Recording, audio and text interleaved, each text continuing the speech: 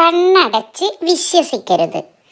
സൂത്രക്കാരനായ ഒരു കുറുക്കൻ നദിക്കരയിൽ മത്സ്യങ്ങളെ നോക്കിയിരിപ്പാണ്.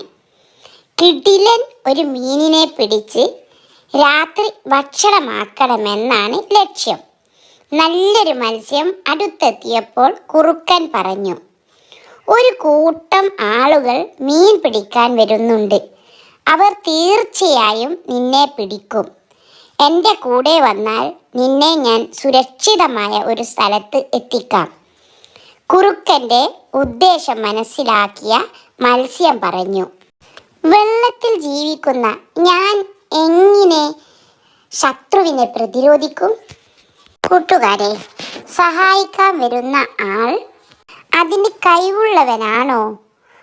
അതോ മറ്റു വല്ല ഉദ്ദേശവും അവനുണ്ടോ? സഹായക വേഷം വെറും പ്രച്ഛന്ന വേഷമാണോ എന്നൊക്കെ നാം തിരിച്ചറിയണം.